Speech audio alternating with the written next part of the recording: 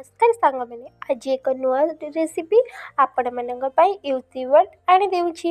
यह हूँ आरिसा पिठा जहाँकि आम ओडिया घरर एक बहुत भल पिठा ओ बहुत अधिक मात्रा रे आम ओडिया घरे यह हुए। प्रथमे चाउल को 24 घंटा अधिक समय पर्यंत आमे ताको भेदाई रखिबा। 24 घंटा अधिक हेले चलिबा, हेले जेते भेदिले सेटा सेते फुलिबा आउ पिठाटा सेते नरम हेबो। तापरे आमे चाउल को एक सफा कपड़ा रे सुखाई देबा।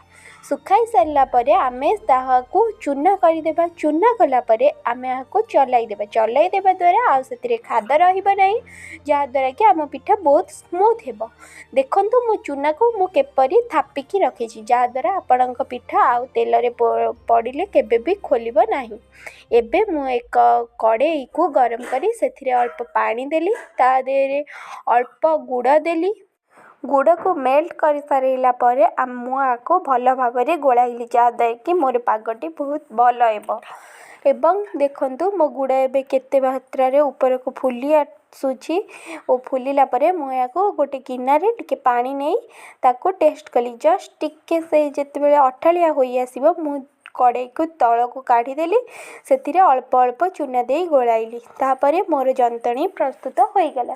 एबे एक कदली पत्र रे मु अल्प टिके तेल मारी हाथ रे गुला गुला करी मोर जंतणी को देखंतु किपरि शेप देउछि। आपण चाहिले जे कोनोसी शेप दे परिबे, किंतु जेहेतु आरिसा पिठार प्रथम शेप गोल, मु आरिसा पिठा को गोल गोल भाबे गढ़ी देउछि। देखंतु मो जंतणी केते भल होइछि, मो हाथ रे टिके मध्य लागु नाही ओ ताहा टाण मध्य होई नाही। एहीपरि भाबे आपण कले पिठाटी बहुत स्मूथ हे। देखंतु मु जेतेबेले करि सारिली मो पिठार शेप मु केतिकी मोटा बा पतला रखुछि, जा द्वारा कि तेल रे पड़िले ताहा बहुत भल हेबो।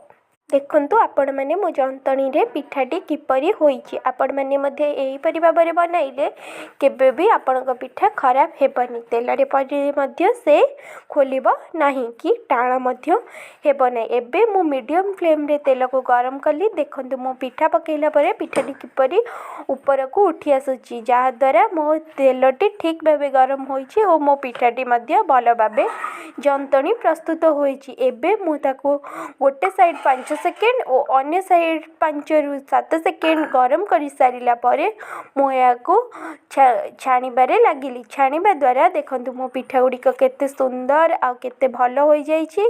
देखंतु केते नरम मध्य होईछि।